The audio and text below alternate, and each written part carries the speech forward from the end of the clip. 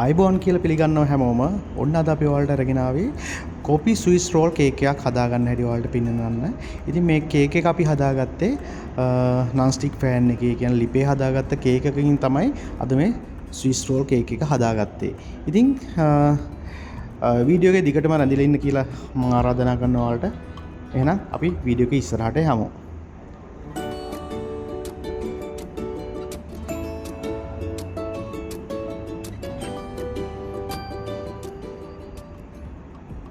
හරි අපි ඉස්සෙල්ලාම බටර් ග්‍රෑම් 50ක් මෙන්න මේ වගේ බෝල් එකකට දාගත්තා. ඒක දාගෙන ඉවරලා අපි ඒක හොඳට මෙන්න මේ විදිහට බීට් කරගන්නවා. ඉතින් බටර් එක මේ විදිහට හොඳට බීට් කරන අතරේ අපි ඒකට එකතු කරනවා සීනි ග්‍රෑම් 50ක්. ඉතින් සීනි වලට කැට විදිහට මේක එකතු කරගන්න පුළුවන්. මේක දිය වෙනවා. ඉතින් මේ විදිහට සීනි ග්‍රෑම් 50ක් එකතු කරගෙන ආයෙත් මේක මේ විදිහට බීට් කරගන්නවා.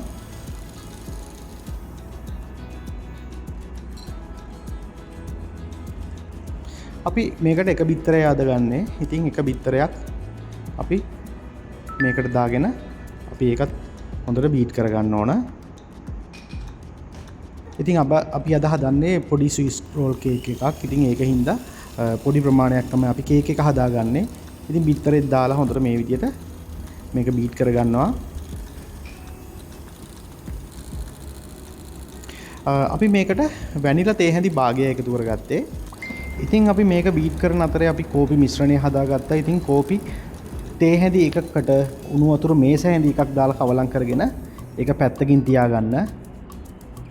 ඊට පස්සේ අපි මේකට පිටි ග්‍රෑම් 50ක් එකතු කරගන්නවා. පිටි එක හලලා ගන්න මේ විදියට පෙනේරකින්. ඉතින් මේකටම අපි බේකින් පවුඩර් තේ හැඳි භාගයක් එකතු කරගෙන පිටි එක මේකට හලා ගන්නවා. හලාගෙන මේකත් අපි හොඳට බීට් කරගන්න ඕන. ඉතින් ඔයාලා මේක හොඳට බීට් කරගන්න. ක්‍රීම් එකක් වගේ වෙනකම් මේ වගේ ක්‍රීම් එකක් වගේ වෙනකම් හොඳට බීට් කරගන්න. එතකොට ඔයාලගේ කේක් එකේ හොඳ සොෆ්ට් ගතියක් ඔයාලට ගන්න පුළුවන්. අපි දැන් එකතු කරගන්නේ අපි හදාගත්ත කෝපි එක. ඉතින් ඔයාලා අනිවාර්යෙන් ඉන්ස්ටන්ට් කෝපි ගන්න මේකට. අපි මේකත් විනාඩි 2ක් විතර හොඳට බීට් කරගන්නවා කෝපි එක දාලා. ඉතින් මෙන්න මේ වගේ ඝනකම පඳබක් එනකන් ඔයාලගේ මේ කේක් මිශ්‍රණය ඔයාලා හදාගන්න.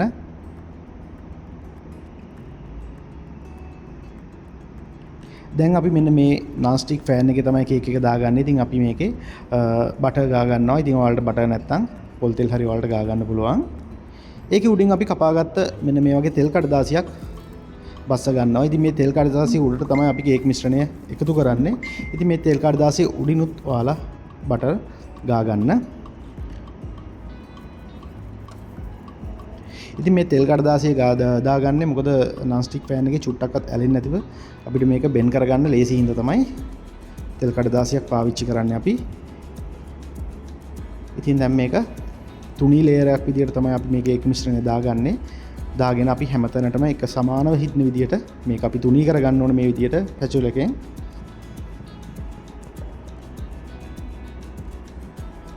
ඉතින් ඔයාලට මේ තෙල් කඩදාසිය දාපු එකේ ප්‍රයෝජන ඉස්සරහට පෙනෙයි බලා ගන්න පුළුවන්. ඉතින් අපි මේ වගේ රොටි පුච්චන තැටියක් උඩ තමයි අපි මේක ෆෑන් එක තියාගත්තේ. ඊට පස්සේ අපි මේක වහගෙන ලිපේ සාමාන්‍ය උෂ්ණත්වයේ අපි මේක විනාඩි 15ක් විතර හොඳට බේක් කරගන්න ඕන. ඉතින් විනාඩි 15කට පස්සේ ඔයාලා මේක අරලා බලන්න. ඔයාලගේ කේක් එක සෙට් වෙලා තියෙනවා ඔයාලට බලා ගන්න පුළුවන් වෙයි. ඊට පස්සේ හරිම පරිස්සමෙන් ඔයාලා මෙන්න මේ විදිහට මේක අනිත් පැත්ත හරව ගන්න ඕන. ඉතින් මේ තෙල් කඩදාසිය දාගත්ත එකේ වාසිය තමයි ඒක. ඉතින් මේ වගේ ඔයාලා ලස්සනට කේක් එක අනිත් පැත්ත හරව ගන්න. අපේ කේක් කරන යන්තම් බේරුණ ප්‍රශ්නයක් උන්නේ නැහැ. ඉතින් අනිත් පැත්ත හරවගෙනත් ඔයාලා විනාඩි 2ක් විතර මේ කේක් එක බේක් කරගන්න මේ විදිහටම. ඉතින් විනාඩි 2ක් තිබ්බනම් ඇති අනිත් පැත්ත. ඊට පස්සේ ඔයාලා තියෙන්නේ මේක ලිපෙන් ඉවත් කරගන්න. ලිපෙන් ඉවත් කරගෙන අපි තෙල් කඩදාසියත් හරි පරිස්සමට ඉවත් කරගත්ත කේක් එකේ තිබ්බ එක. ඊට පස්සේ අපි මේ කේක් එක දාගත්තේ තෙල් කඩදාසියක් උඩටමයි. ඉතින් මෙන්න මේ විදිහට දාගෙන ඔයාලත් මේ විදිහටම කේක් එක හරි පරිස්සමට රෝල් කරගන්න. ඉතින් වැඩි කේක් එකකට බර දෙන්න එපා. එහෙම වුණොත් කේක් එක කැඩෙන්න පුළුවන්. ඉතින් මේ විදිහට ඔයාලා රෝල් කරගෙන මේක ඔයාලට ඕනනම් ගැට ගහ ගන්න පුළුවන් මොකකින් හරි. ඊට පස්සේ ඔයාලා පැයක් විතර මේක ෆ්‍රිජ් එකේ දාලා තියන්න ෆ්‍රිජ් එකේ යට කොටසේ. ඉතින් විනාඩි 30කට විතර පස්සේ තමයි මේ අපි කේක් එක දිගාරින්නේ ඉන්නේ. ඉතින් ඔයාලට පේනව නේද කේක් එක රෝල් වෙලා සෙට් වෙලා තියෙනවා. ඉතින් හරි පරිස්සමින් දැන් කේක් එකත් ගලව ගන්න ඕන.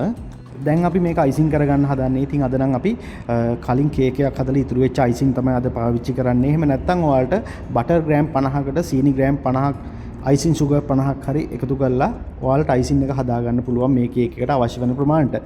ඉතින් මේ විදිහට හොඳට කේක් එකේම මේ විදිහට සමාන වෙන්න අයිසින් ඔයාලා තවර ගන්න. ඉතින් මේ විදිහට අයිසින් තවරගෙන ඔයාලා කේක් එක අර කලින් විදිහටම පරිස්සමට රවුම් කරගන්න මෙහෙම.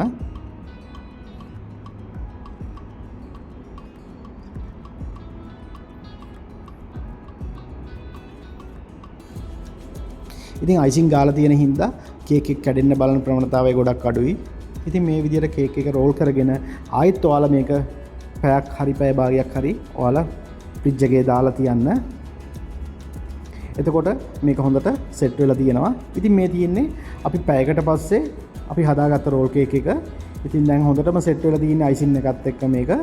ඉතින් මේ බලන්න අපි දැන් ඔයාලට කපලා පෙන්නන්නම්. මේ තියෙන්නේ අපි ලිපේ හදාගත්ත කේක් එකෙන් අපි හදාගත්ත ස්විස් රෝල් කේක් එක තමයි මේ තියෙන්නේ. ඉතින් ඔයාලටත් ගෙදරදී ඉතාමත් ලේසියෙන් හදාගන්න පුළුවන් oven එකක් ඕනම කියලා නැහැ. ඉතින් මේ රෝල් කේක් එක හදාගන්න ඉතින් ඔයාලට ලිපේ වුණත් හදාගන්න පුළුවන් මේ කේක් එක. ඉතින් ගොඩක් සොෆ්ට් එකට මේ කේක් එක ඇවිල්ලා තියෙනවා.